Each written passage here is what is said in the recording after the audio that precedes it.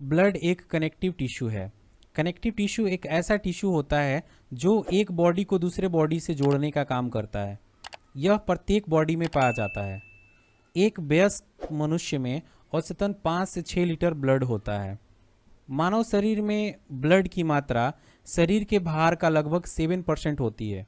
मतलब जितना भी शरीर का भार होता है उसका 7% क्या होता है, ब्लड होता है उसमें, जिसका पीएच मान 7.4 होता है।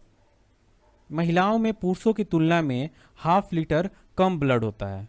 मतलब पुरुष में जो ब्लड होता है ना वो हाफ लीटर ज़्यादा होता है, या यूं कहें कि महिलाओं में हाफ लीटर ब्लड पुरुषों की तुलना में कम होता है।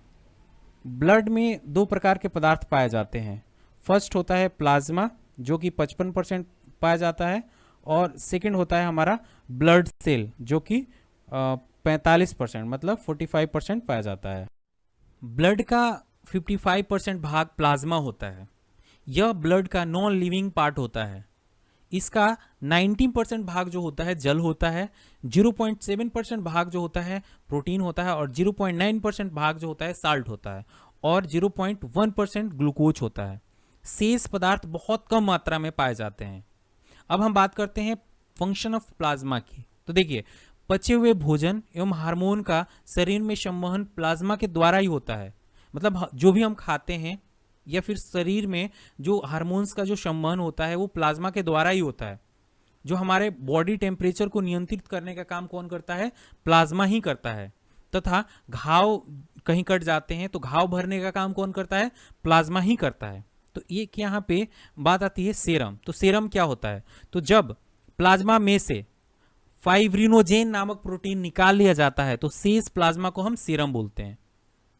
क्या क्या निकाल लिया जाता है, फाइब्रिनोजेन नामक प्रोटीन जब हम निकाल लेते हैं प्लाज्मा में से तो शेष जो प्लाज्मा बच जाता है ना उसको हम क्या बोलते हैं, सेरम बोलते हैं। ठीक है, अब हम पूछते हैं कि फाइब्रोजेनक नामक प्रोटीन क्या होता है, इसका वर्क क्या होता है। तो देखिए, इसका वर्क होता है ब्लड का थक्का जमने में ये मदद करता है। क्या करता है, जो भी हमारे ब्लड में थक्का जमने का काम होता है ना वो इसमें मदद करता है। अब हम बात करते हैं ब्लड सेल की। तो ब्लड सेल ब्लड का शेष 45% भाग होता है। इसे 3 भागों में हम बांटते हैं।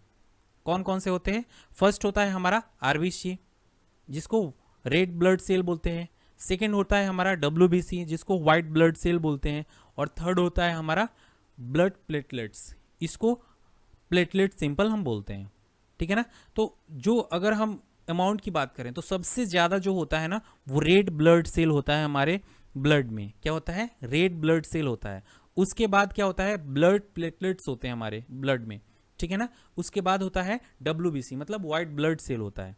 तो आप देख सकते हैं सबसे ज़्यादा क्या होता है, आरबीसी, उसके बाद क्या होता है प्लेटलेट्स, उसके बाद क्या होता है डब्ल्यूबीसी। मतलब सबसे कम जो होता है ना डब्ल्यूबीसी होता है। तो चलिए एक एक करके इसको समझते हैं।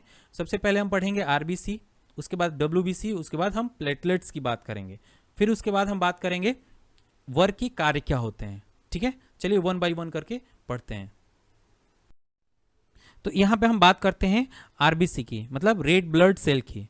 तो देखिए, आरबीसी का जो निर्माण होता है ना वो बोन मैरो में होता है। कहाँ पर होता है, बोन मैरो में होता है। और इसकी मृत्यु जो होती है लीवर और स्प्लीन में होती है।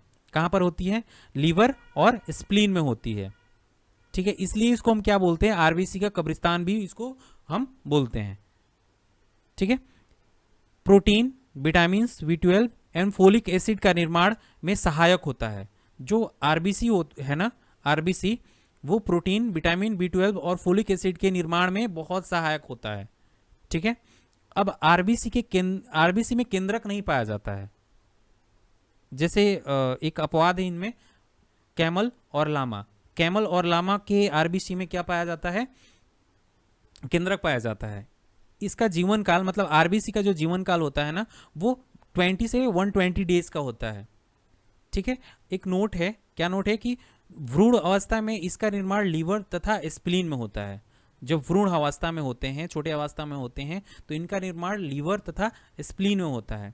इसमें हीमोग्लोबिन नामक प्रोटीन पाया जाता है जिसके कारण ब्लड का रंग लाल होता है। किसके वजह से होता है, हीमोग्लोबिन की वजह से आरबीसी का कलर क्या होता है, मतलब ब्लड का कलर क्या होता है, रेड होता है। ठीक है ना। ग्लोबिन युक्त प्रोटीन जो ऑक्सीजन एवं कार्बन डाइऑक्साइड की संयोग करने की क्षमता रखता है, ठीक है ना। हीमोग्लोबिन में पाए जाने वाला आयरन कंपाउंड को हम क्या बोलते हैं? हीमैटिन बोलते हैं। क्या बोलते हैं? हीमैटिन बोलते हैं। अब हम बात करते हैं आरबीसी के फंक्शंस की। तो शरीर के हर सेल में ऑक्सीजन पहुंचाने तथा कार्बन डाइऑक्साइड को वापस लाने का काम आरबीसी का ही होता है, ठीक है। तो जब हम सोते हैं तो सोते वक्त हमारे आरबीसी में 5% की कमी आ जाती है, और जो लोग 4200 मीटर की ऊंचाई पे जाते हैं उनके आरबीसी में 30% तक की वृद्धि हो जाती है। मतलब आरबीसी जो होता है 30% बढ़ जाता है, ठीक है। तो आरबीसी की जो संख्या होती है उसको हम कैसे मापते हैं? तो आरबीसी की संख्या हीमोसाइटोमीटर से मापते हैं। किसे? हीमोसाइटोमीटर से ही मापते हैं हम आरबीसी की संख्या जो है, ठीक है। अब हम आरबीसी में होने वाले रोग की बात करते हैं, आरबीसी की कमी से होने वाले रोग की बात करते हैं। तो कौन कौन से हैं? तो एनीमिया है और जैंडिस है, ठीक है। कौन कौन से? एनीमिया और जैंडिस। देखिए, हीमोग्लोबिन की मात्रा कम होने पर एनीमिया और जैंडिस रोग हो जाता है। एनीमिया वह अवस्था है जहां पर आरबीसी की संख्या या ऑक्सीजन की बुनियादी शारीरिक जरूरत को पूरा करने के लिए अपर्याप्त होता है। आयरन की कमी को एनीमिया का सबसे आम कारण माना जाता है। अब हम बात करते हैं व्हाइट ब्लड सेल की, मतलब ल्यूकोकाइट्स की, ठीक है, डब्ल्यूबीसी की। तो देखिए, ब्लड में डब्ल्यूबीसी की जो संख्या होती है ना, बहुत ही कम होती है, और आकार में तो बहुत बड़ा होता है, अमीबा के समान बड़ा होता है। इसमें केंद्रक रहता है, जैसे कि मैंने पीछे बात किया था कि आरबीसी में केंद्रक नहीं पाया जाता है, तो यहाँ पे हम अगर बात करते हैं तो डब्ल्यूबीसी में केंद्रक पाया जाता है, ठीक है। इसका निर्माण जो होता है ना, बोन मैरो, लिम्फ नोड और कभी कभी लीवर और स्प्लीन में भी होता है। इसकी जो मृत्यु होती है ना, वो कहाँ होती है? ब्लड में ही हो जाती है। तो इसकी मृत्यु ब्लड में हो जाती है, ठीक है। इसका जीवन काल जो होता है 2 से 4 दिन का होता है। अगर मैं आरबीसी और डब्ल्यूबीसी के रेशियो का बात करूं तो 600 आरबीसी पे 1 डब्ल्यूबीसी होता है। 600 आरबीसी में एक क्या होता है? डब्ल्यूबीसी होता है, ठीक है। अब इसके मुख्य कार्य के बारे में हम बात करते हैं। इसका वर्क क्या है, कार्य क्या है? तो इसका जो मुख्य कार्य होता है, शरीर जो हमारे शरीर होते हैं ना, तो शरीर के रोगों के संक्रमण से बचाना है। तो इसका मुख्य कार्य शरीर के रोगों के संक्रमण से बचाना तथा इम्यून सिस्टम को बढ़ाना है। जो हमारे शरीर में इम्यून सिस्टम है उसको क्या करते हैं? इंक्रीज करते हैं, बढ़ाते हैं, ठीक है। यदि बाहर से किसी रोग के कीड़े हमारे शरीर में घुस जाते हैं तो इसके इर्द गिर्द घेरा डालकर ये उसको नष्ट कर डालता है। मतलब डब्ल्यूबीसी क्या करता है? उस कीड़े के अंदर उसके चारों तरफ घेरा डाल के उसको नष्ट कर देता है। इसी वजह से इसको हम क्या बोलते हैं? शरीर का बॉडीगार्ड भी बोलते हैं, शरीर रक्षक या बॉडीगार्ड भी इसको बोलते हैं हम। तो देखिए, डब्ल्यूबीसी की सहायता से घाव जल्दी भर जाते हैं। मतलब हमारे शरीर में जो डब्ल्यूबीसी हमारे शरीर में जो होता है उसके वजह से जो हमारे शरीर में घाव होते हैं वो जल्दी ही भर जाते हैं। डब्ल्यूबीसी का अधिक भाग 60% से 70% न्यूट्रोफिल्स कणिकाओं का बना होता है। न्यूट्रोफिल्स कणिकाएं ऐसे रोगाणुओं तथा जीवाणुओं का भक्षण करती हैं, ठीक है। तो न्यूट्रोफिल्स कणिकाएं का वर्क क्या होता है? तो जीवाणुओं तथा रोगाणुओं तथा जीवाणुओं का भक्षण करना, ठीक है। नेक्स्ट देखते हैं इसके कितने टाइप्स। यहाँ पे हम बात करते हैं व्हाइट ब्लड सेल मतलब डब्ल्यूबीसी की। तो डब्ल्यूबीसी के 2 मुख्य भाग होते हैं। कौन कौन से? तो फर्स्ट होता है ए ग्रेनुलोकाइट्स होता है, दूसरा होता है ग्रेनुलोकाइट्स, ठीक है। मैं अगर बात करूं ए ग्रेनुलोकाइट्स की, तो देखिए, जिसके प्रोटोप्लाज्म में दाने न हो, क्या मतलब? जिसके प्रोटोप्लाज्म में दाने न हो उसे हम क्या बोलते हैं? ए ग्रेनुलोकाइट्स बोलते हैं। देखिए, मोनोसाइट का निर्माण भी बोन मैरो में ही होता है।